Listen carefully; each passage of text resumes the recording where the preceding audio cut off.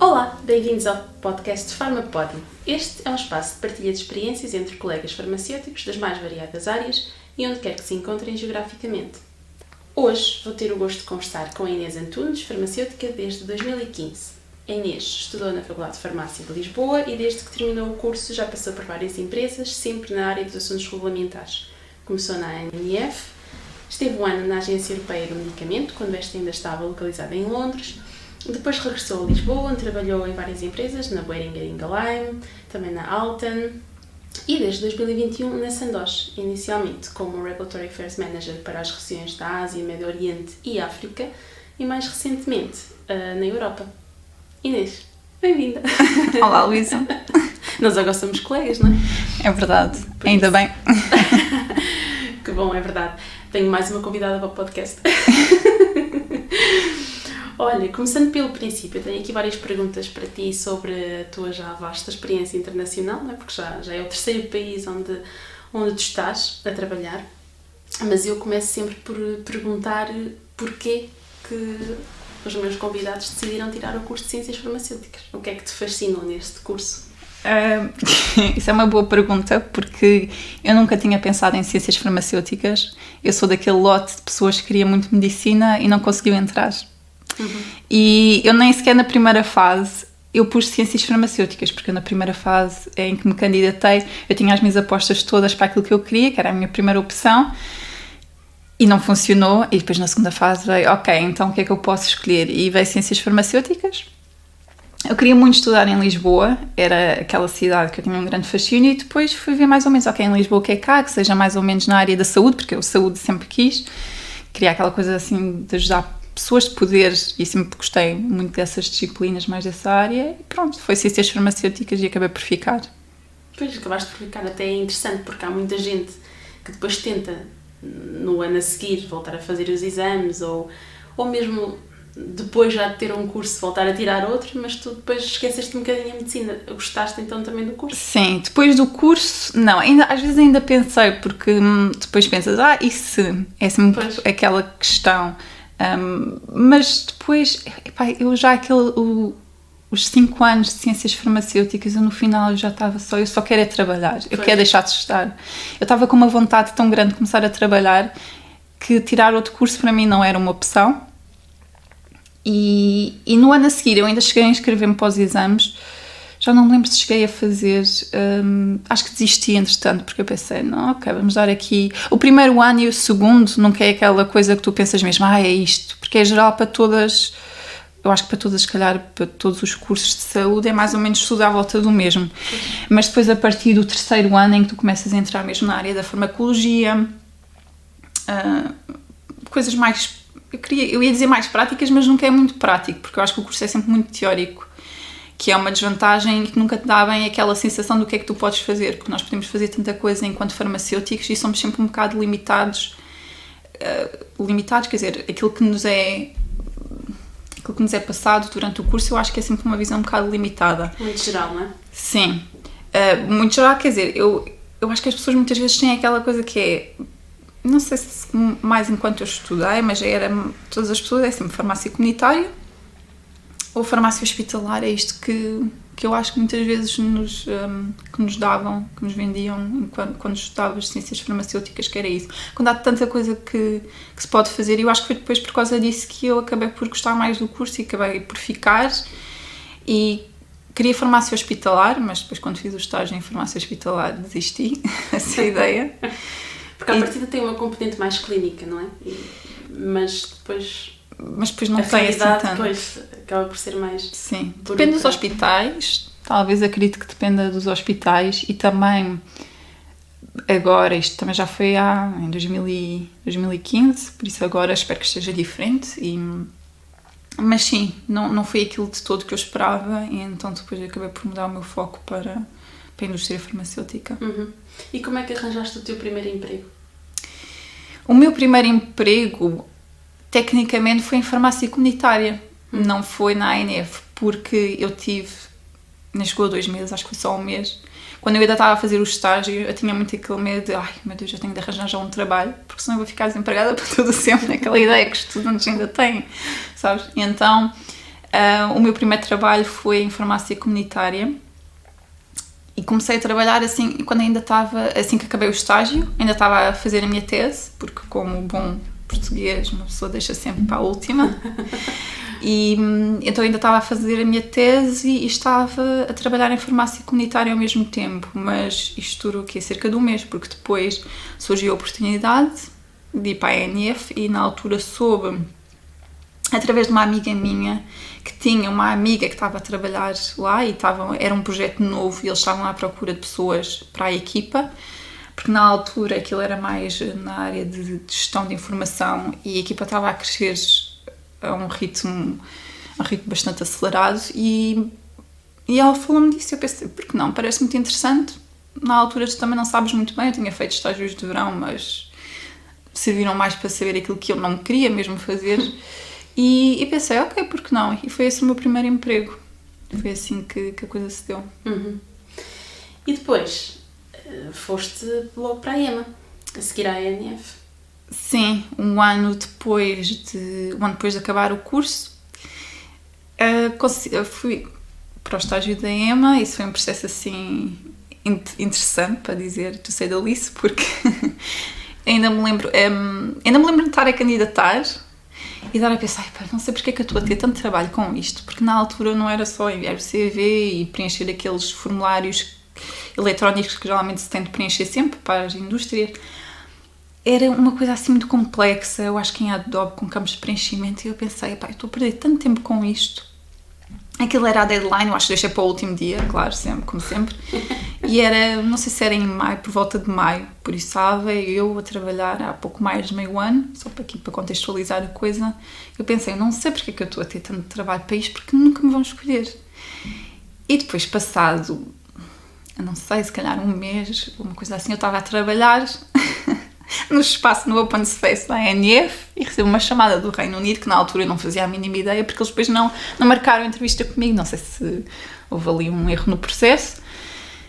E depois, pronto, era alguém a ligar-me da EMA para fazer entrevista por telefone. Eu, ok, bom, o meu cérebro deixou de funcionar ali durante uns segundos. Eu sei que a pessoa que me ligou depois foi o meu mentor, por assim dizer. Ele continuou a falar, mas eu não estava a conseguir ouvir, só estava a pensar, oh meu Deus, oh meu Deus, oh meu Deus. E pronto, foi interessante, porque na altura eu não tinha trabalhado em indústria e mesmo se fosse no dia de hoje havia muita coisa que eu também não teria noção se não tivesse aquele estágio na EMA, porque tu aprendes, é tudo posto de uma maneira mais geral, tens uma visão muito mais geral do que é que acontece, coisas que nós deste lado se calhar não temos até essa noção desde antes da autorização, que é aquilo que nós agora fazemos, não é? A parte da autorização das AIMs, mas o que vem antes disso, do Scientific Advice, também comecei a ter uma noção lá, a parte depois da farmacovigilância, o CHMP, todos os working groups, tudo aquilo, todas as equipas que existem, que estão envolvidas. O funcionamento da agência, não é? O funcionamento em si. E para alguém que nunca tinha tido... Sim, para alguém que tinha acabado o curso há um ano, e o meu trabalho na ANF era muito de gestão de informação, aquilo foi todo um mundo novo. E depois, claro, a parte também de estar a trabalhar em Londres. Na altura a Emma estava em Londres e eu queria muito trabalhar no estrangeiro. Era algo que eu tinha na minha to-do list, que gostava muito para ter. Não sabia bem como é que ia ser. Aliás, na altura eu tinha 25 anos. E tinha ainda, aliás, quando eu soube ainda nem sequer tinha 25 anos, quando eu soube que tinha sido selecionada, mas tens assim uma visão muito romantizada do que é morar no estrangeiro e as partes difíceis ficam assim postas um bocado ao lado. Então esse primeiro choque no início foi um bocado difícil, e se calhar por causa disso é que também só fiquei pouco mais de um ano. Mas o estágio também é só desse período ou não? Ou tinhas possibilidade de ficar? Aquilo, o estágio... Porque o Brexit tinha sido anunciado pouco tempo antes. Então, quando eu fiz o estágio, esse ano nós já sabíamos que a agência ia sair de Londres.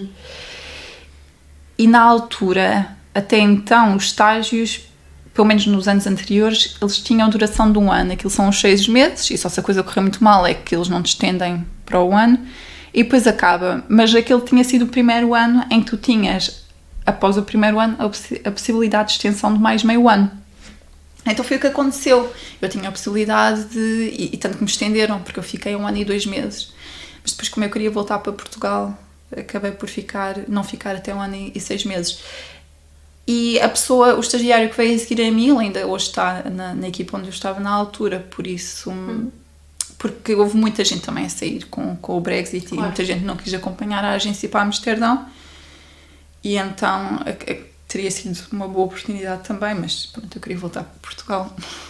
Mas essa tua passagem pela EMA fez-te despertar o teu interesse pela regulamentação?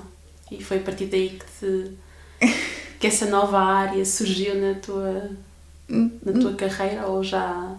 Não, fez-me despertar mais um interesse por indústria. Ok.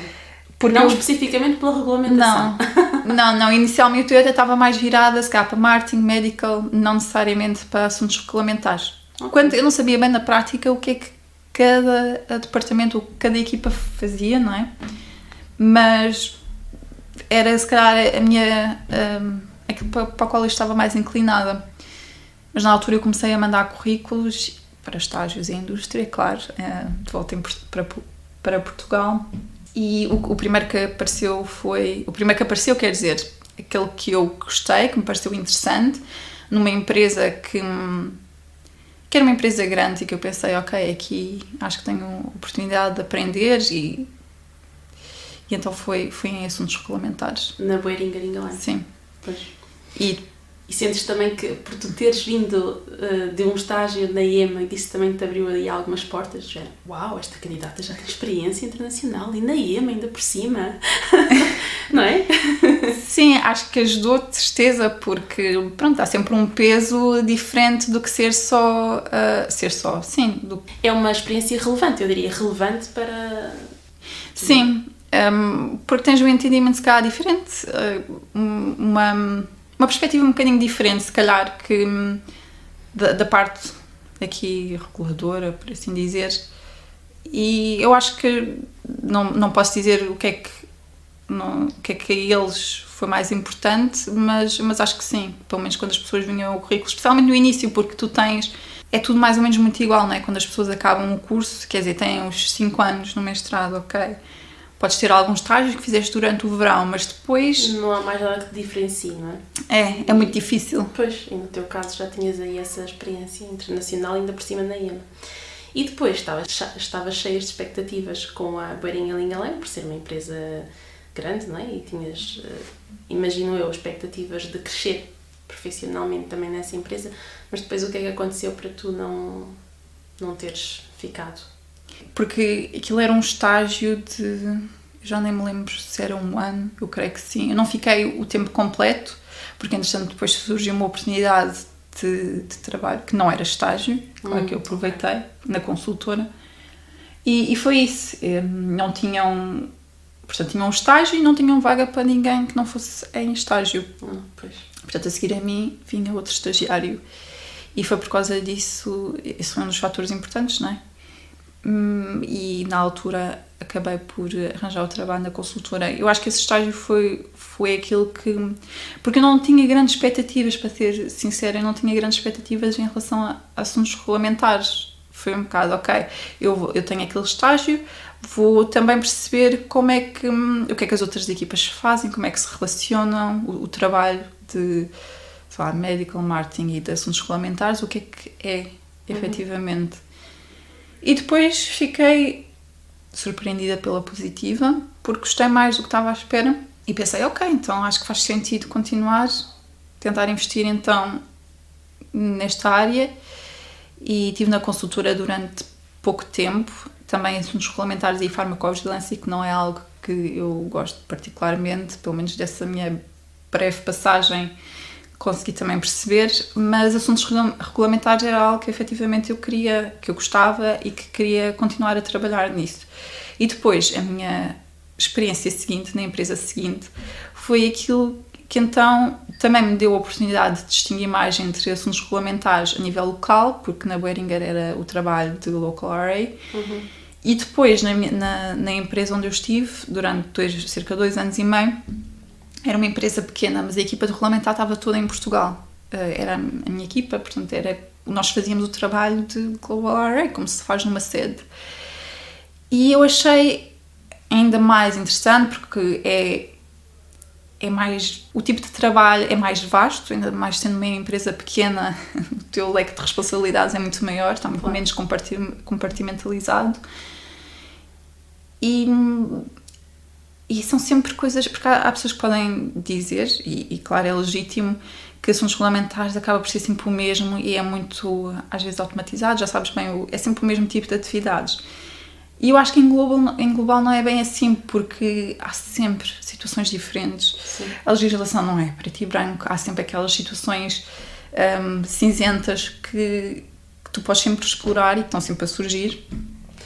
E há também muito, faz-se mais de estratégia regulamentar, exerce-se muito mais a estratégia regulamentar, e isso também é das coisas que eu acho mais fascinante numa posição mais global, não é? Que sim, nessa discussão. Pois, temos aqui este projeto e agora como é que nós vamos abordar isto? Tendo em conta a legislação e o espaço que ela nos dá, como é que podemos, de uma forma mais rápida possível e gastando menos dinheiro, pôr este produto no mercado, não é? Este tipo de estratégia regulamentar que é sem dúvida fascinante e que se faz, lá está, como disseste agora, num departamento global, porque num departamento local, e para quem nos está a ouvir, sei lá, estudantes de ciências farmacêuticas, por exemplo, que se calhar não têm muito bem esta noção, num departamento local o que se fazem são atividades, lá está, locais só específicas para aquele país, não é?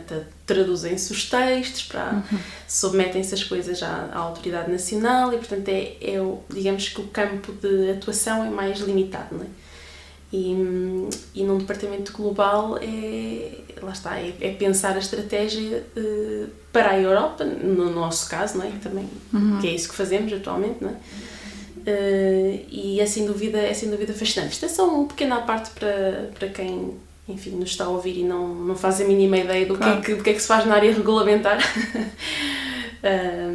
Mas sim, e isto foi na Alten, na consultora, não é? Não, isto foi na Pharma Bavária. Na Alten eu fiquei, sim. Okay. Na Alten eu fiquei poucos meses. Poucos meses, porque é uma consultora e, portanto, uma consultora aquilo que faz, normalmente, tem clientes, não é? Que podem ser empresas, e os consultores podem estar alocados a diferentes projetos e até a diferentes empresas, não é? Sim, sim, sim. O que pode ser uma vantagem, porque podes conhecer diferentes formas de trabalhar e diferentes empresas. Por outro lado, se calhar não te sentes tão, e não sei se já vais dizer se foi esse o caso, não sentes que estás a vestir a camisola, não é? Por um projeto ou por uma coisa, porque estás ali a trabalhar para o cliente, mas acaba o projeto, vais para outra, não é? Sim, é sempre externa. Pois. Ali depende, havia projetos que eram projetos de longo termo e os projetos em que eu estive, num deles eu estava a substituir uma pessoa que estava de baixa de maternidade, por isso já sabia que era algo de pouco tempo. Outros também era só até encontrarem alguém, até recrutarem alguém, portanto eu só estive em 2 projetos. E eram os 2 projetos, sim, de curto termo, mas eu depois, como acabou por surgir a oportunidade na Pharma Bavária, eu acabei por aceitar, porque à parte, a vantagem, como estavas a dizer, podes ter diferentes clientes, e cada cliente é diferente, cada projeto é diferente, e aprendes muito mais, e não podes estar, o objetivo também do consultor é estar ali e ser capaz de fazer o seu trabalho de uma forma independente. Não tens aquela parte de training como chegas a uma empresa em que tens ali alguém também, pelo menos no início, a fazer de buddy, welcome buddy, onboarding. Ali eles esperam, é o esperado, não é? Porque a empresa também está a pagar por ti, que tu chegues e sejas capaz de desempenhar as tuas funções de uma maneira completamente autónoma. E isso tem as suas vantagens, porque realmente eu acho que começas a ganhar uma capacidade de desenrasque também, porque se tu não sabes como é que se faz, vais aprender. Claro que não é que tu não possas pedir ajuda a ninguém, não é? Mas há ali uma diferença por ser externa. E então essa capacidade de desenrasque que eu acho que é positiva. A desvantagem é, claro, eu tinha muito pouca experiência E eu não sabia, em relação, por exemplo, a um dossiê, se me dissessem agora temos aqui uma alteração da adição de um fabricante, uma atualização de CEP. Ok, isto é muito regulamentar, mas é só para dar um exemplo, porque eu sei que tu sabes o que é que eu estou a falar. Eu ficava a pensava, porque já vinha tudo feito, sabes, antes. Eu pensei, o que isto quer dizer? E então é a desvantagem, que é se tu estás assim um bocado mais perdida, ou consegues mais facilmente sentir-te um bocado mais perdida, pelo menos este foi o sentimento que eu tive. E depois, sim, surgiu esta oportunidade na Pharma Bavária. Também soube através de uma amiga minha, sabia que eu estava em assuntos regulamentares e disse-me, olha, não queres juntar-te à equipa? Disse-me que a equipa era muito boa, que para mim é muito importante. É uma das coisas também mais importantes, porque a empresa onde tu estás, ser uma boa empresa, claro que é importante, mas também se não estás bem com a tua equipa. Claro. E então eu pensei, ok, ela vendeu muito bem aquilo, e eu pensei, por que não? Também só por ir à entrevista não quer dizer sequer que fique. Vou lá, vejo se eu gosto da empresa, da maneira como se apresentam, e se eles gostam de mim também.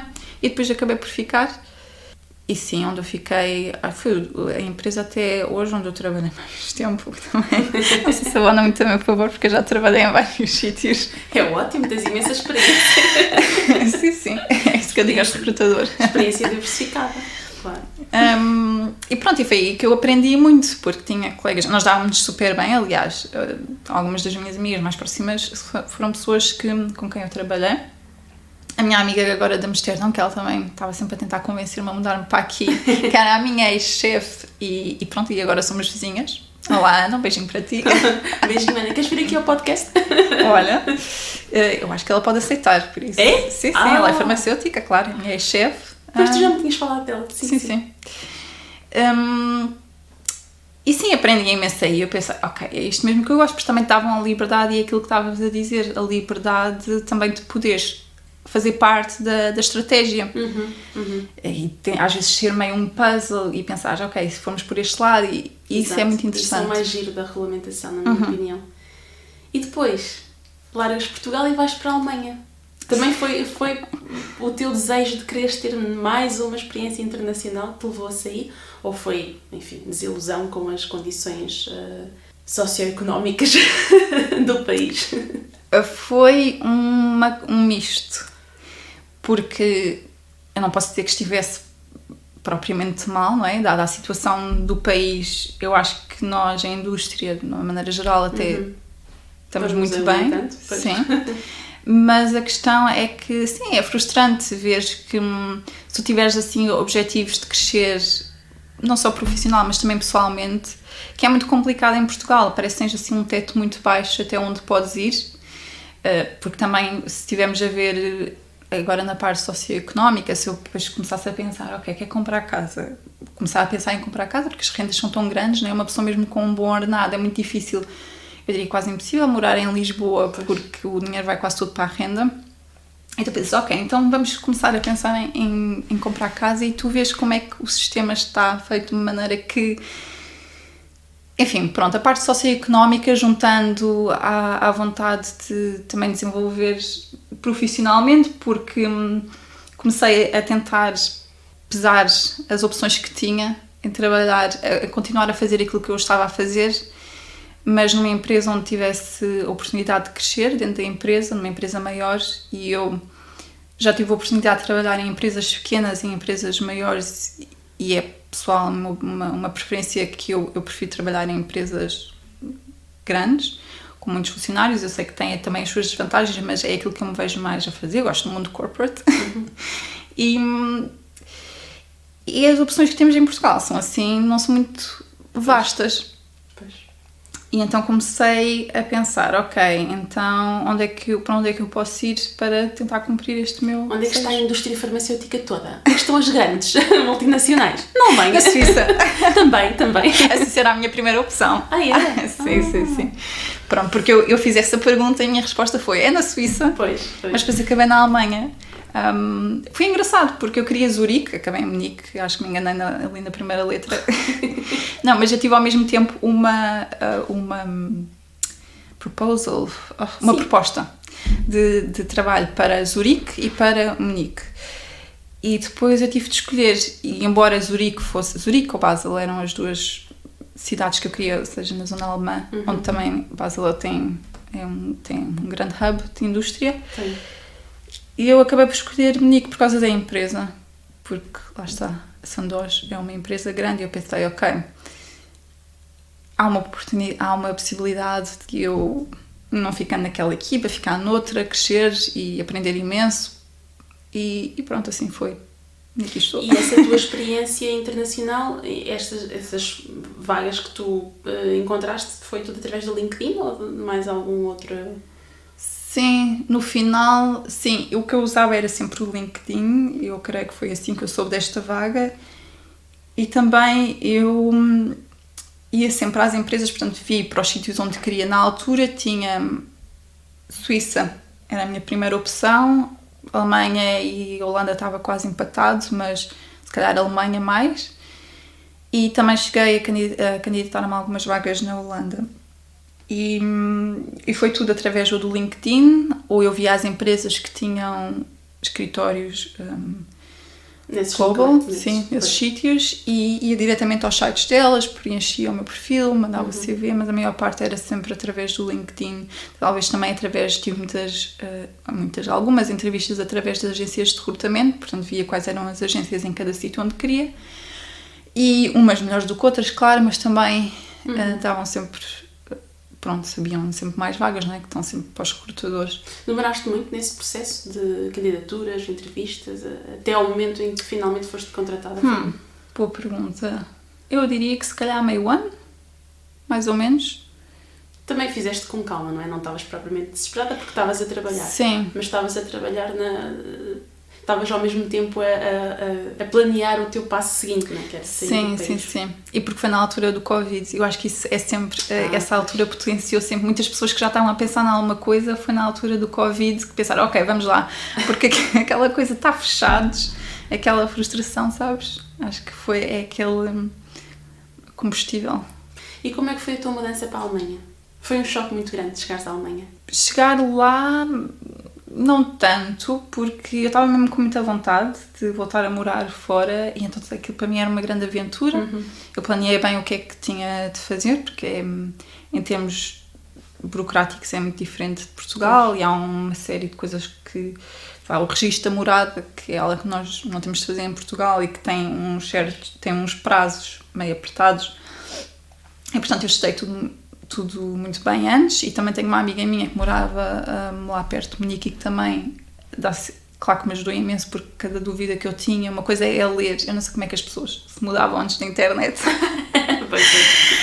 mas uma coisa é ler e estar-se muito bem, outra coisa é na prática como é que algumas coisas funcionam, e portanto ter alguém ajuda sempre. Mas não foi um choque quando eu mudei, eu estava assim mesmo cheia de vontade, estava super entusiasmada. Depois, ao longo do tempo, quando se calhar aquela fase inicial da aventura ou de entusiasmo passa, é que se calhar começas a perceber foi aquilo também que falávamos, as pessoas não serem muito... os alemães não são conhecidos por serem o povo mais acolhedor, e em Munique, que é uma cidade grande, porque isso era uma preocupação que eu tinha para qualquer sítio que eu me estava a candidatar, era sempre estar num sítio onde eu pudesse morar numa cidade grande, minimamente grande. Porque eu não me imaginava, ainda mais enquanto expat, a morar numa vila pequena, porque já é difícil arranjar amigos, não é? Conexões novas em cidades, quanto mais num sítio pequeno, onde muitas vezes só estão famílias ou então pessoas mais velhas. E então, sim, a zona de Munique ou a zona da Baviera também dizem que é a zona da Alemanha, onde são mais conservadores e também mais fechados. E essa parte para mim foi o maior choque, porque eu depois ia a qualquer sítio que eu fosse, eu achava sempre as pessoas muito simpáticas, fora da Alemanha, ou mesmo fora, às vezes até fora da Baviera, achava sempre as pessoas muito simpáticas, porque já não era normal. Eu quando me mudei aqui para a Holanda, eu lembro de estar a dizer aos meus amigos, oh meu Deus, eles disseram-me olá no Albert Heijn, ainda perguntaram de onde é que eu era, porque viram que eu não falava holandês, e perguntaram-me de onde é que era. Eu ficava chocada com isto no início. Eu fiquei chocada quando entrei no autocarro e os senhores daqui dizem olá, bom dia, e depois dizem adeus. Eu também acho isso muito engraçado. E dizem adeus quando sais do autocarro. Eu pensei, meu Deus, eu estou só lá, um motorista de autocarro na Alemanha, em Munique, e ele ficava a olhar para mim e pensar que eu era maluca. Este tipo de coisas que tu não tens muito bem noção, se calhar, enquanto lá estive, nos 2 anos, tu vais assim entranhando, mas depois que sim, que fazem, acho que fazem um bocado de moça, especialmente para quem vem de Portugal e está habituado assim a pessoas mais calorosas, não é? Sim, aquilo começa, mesmo sem ter noção, começa a fazer assim, nossa. E em contexto profissional, tu notas uma grande diferença na forma de trabalhar dos alemães e nós portugueses, não é? Porque há muito aquela ideia de que os alemães são muito duros, mas também são assim muito certos no trabalho, não é? Muito rígidos, muito... Também sentiste isso? Ou a tua equipa era tão multicultural que a nível profissional não tiveste assim muito contacto com alemães? A minha equipa era metade alemães, metade não alemães.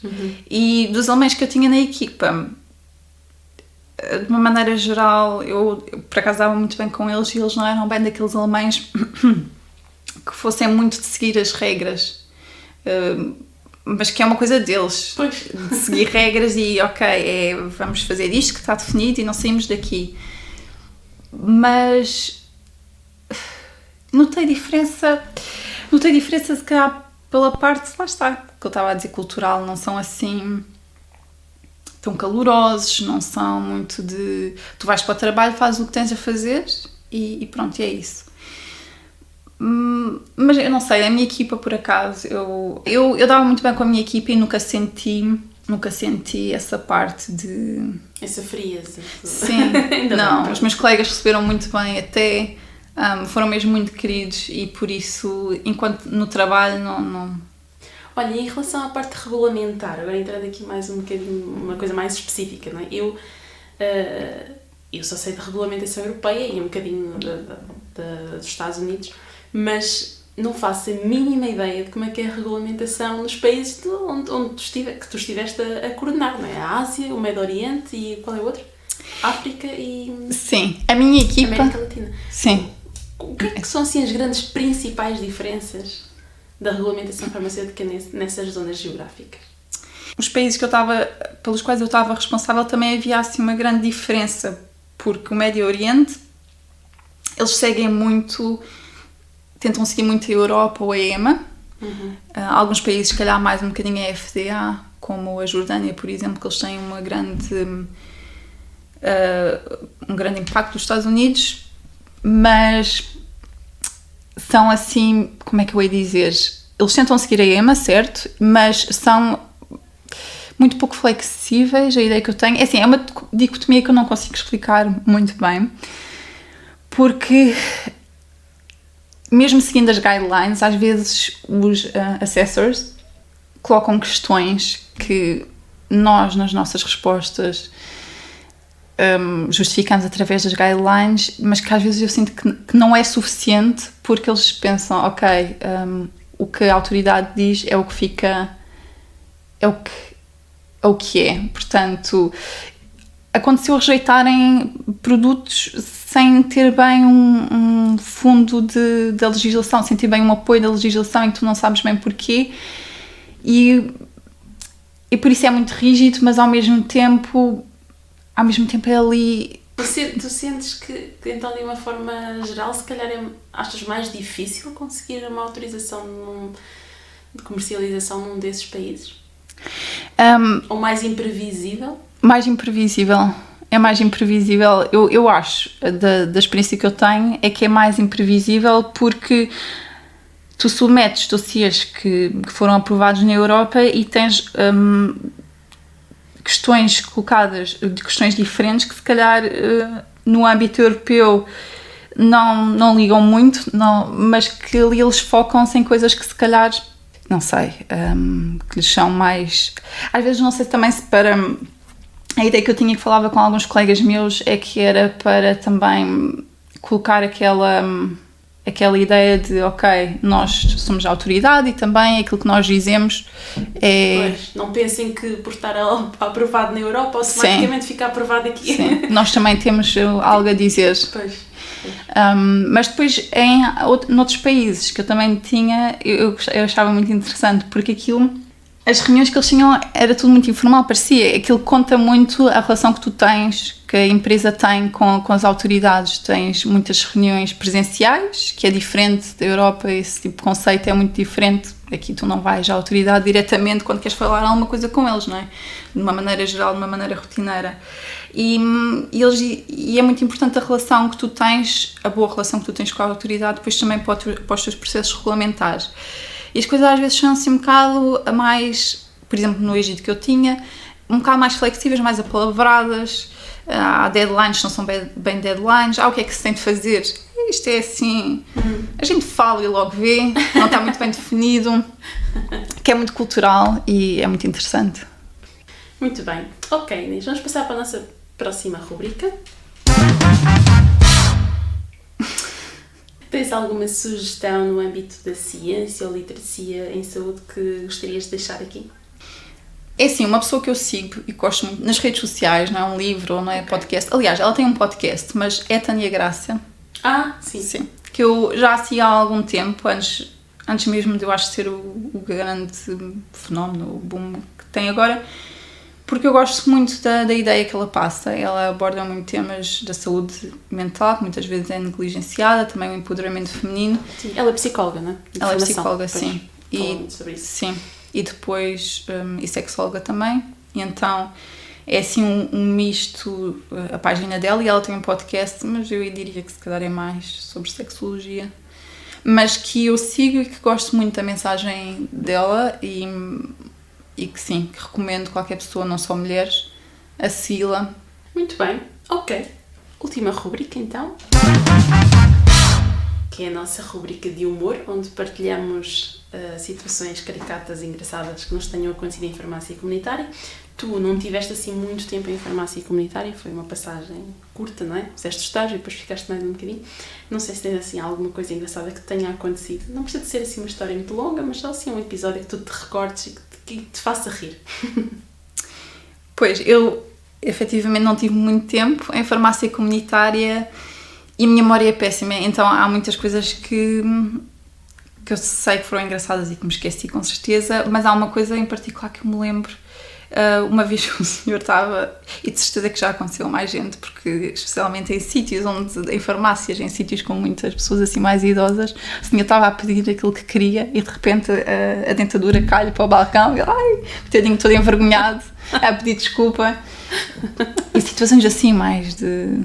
Sabes que agora que estás a falar nisso, eu lembro-me também de uma situação com uma dentadura, mas aí foi diferente, porque foi a senhora que voluntariamente decidiu tirar a dentadura e pousá-la no balcão à minha frente. Só não me pousou na mão porque não estava lá, mas já tinhas as mãos fora do balcão.